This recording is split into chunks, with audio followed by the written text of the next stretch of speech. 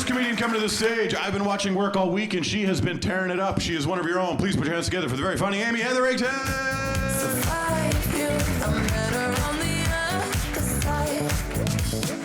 Hey Perth, how you going? You good? Yeah, great. I like how you just like specifically were just like, I'm very well, thank you. You are so polite. I love that. Come to more comedy. This is great. I'm so excited to be here. My name's Amy. I'm a comedian from Darwin in the Northern Territory. Yeah? Anyone here ever been to Darwin before? Yeah, come. Oh, you survived it. Good work. Man, lovely. Yeah, love it. What did you love about it? It's warm, correct? You love the city? I'm sorry, everybody else. This is a tourism campaign now. This is fucking sick.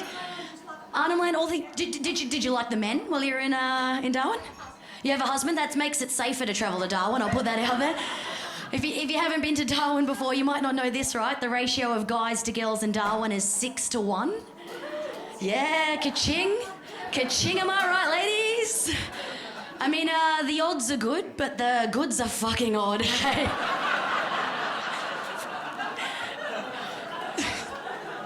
I do like coming here because I can say that without getting in trouble. It's good.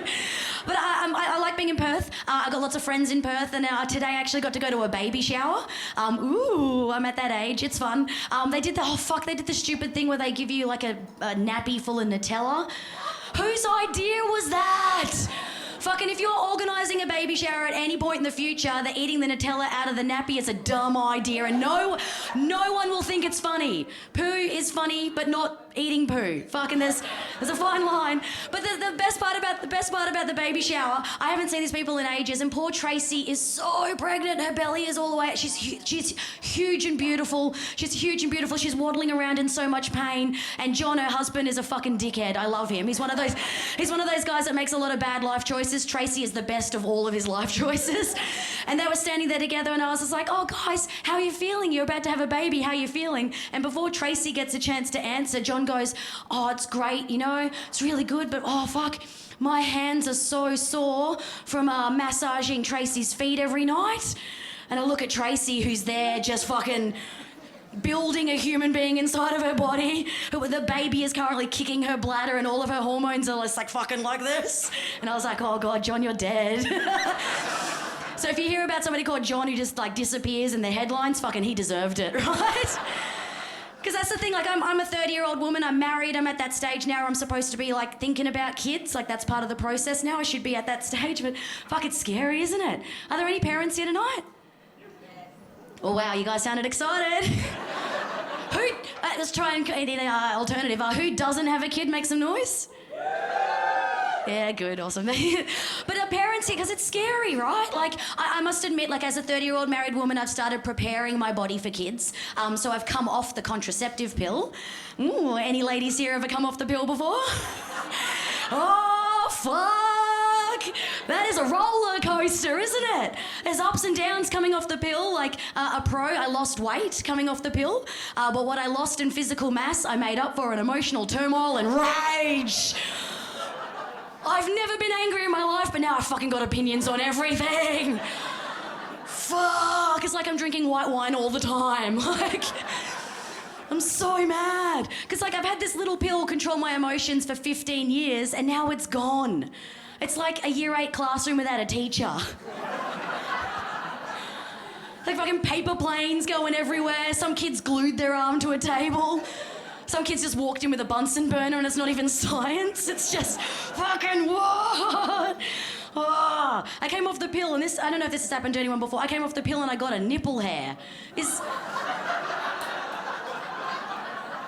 that normal? Is anyone else here got a nipple hair? Come on.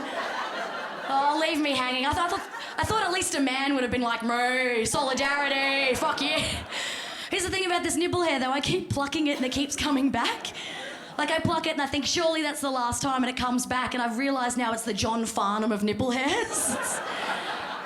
Fucking like, but while my body's doing all sorts of weird hormonal things, my husband is 100% ready to become a dad. 100% ready to become a dad. I know this because the other day he came into the lounge room wearing nothing but a business shirt and said to me, "Hey Amy, this is what it'd look like if I went to work without pants." Then he waved his dick at me. and left the room. I was like, fuck, that's such a dad thing to do, isn't it? Like, no, not that my dad used to wave his dick around everywhere, but really, it's such a dad thing to do because dads are like these dorky little like weird things that kind of go, and now there's a human. It's fucking like, eh.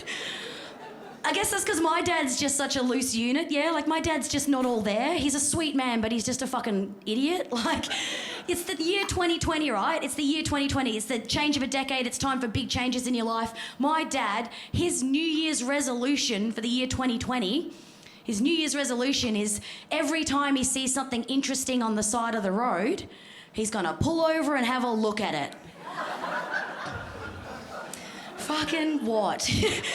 He reckons he's got 70 years of regret, just driving past things and going, wonder what that was. It's kept him awake at night for 70 years. And I tell you what, 2020, the happiest my dad has ever been. Oh, he's found 2 screwdrivers and 4 pairs of boots. He's fucking yes! Because he's a loose unit. He's a really nice human being, but he's a loose unit. He comes from a really good place, and I'm going to leave you with a story about my dad that gives you a really good sense of him, right? So my dad's favourite thing to do is to pack his car up and just go driving in the middle of nowhere. And in the Northern Territory, that's like a 10-minute drive. There's fucking nothing else.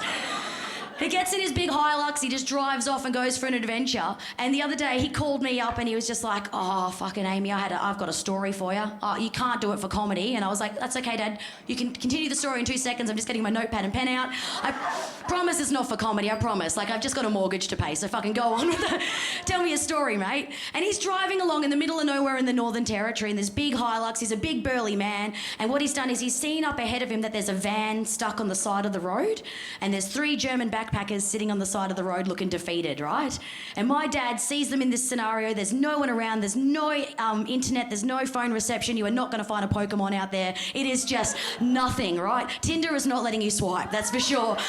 And he's turned up there and he's gone, these guys need help. I'm going to get out and help them, right? And what's happened, right, is the van has come off the corrugations on the road and gotten stuck in some shrubs on the side of the road, and the van won't move. So Dad pulls over nice and slowly.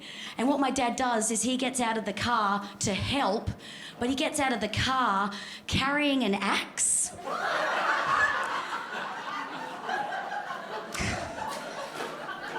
Because in Dad's head, he's like, oh, the shrubs are stopping the car from going. I'll get the axe out, cut them free, they'll be fine. But guaranteed, these guys have just watched Wolf Creek before they started their adventure, right? These German backpackers have just seen my dad walking towards them with an axe. And the grin that I've inherited, just fucking like this one, walking towards them.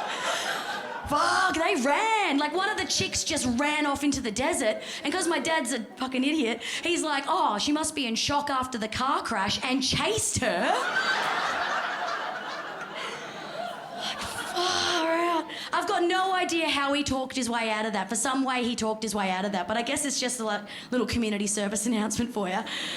Come to Darwin, those odds are fucking good and bad and everything, right? And if you do get a chance and you do get to meet my dad, don't tell him I told that joke, because I promise I wouldn't. Hey, Perth, you are the best crowds in Australia. Thank you so much for your time, eh?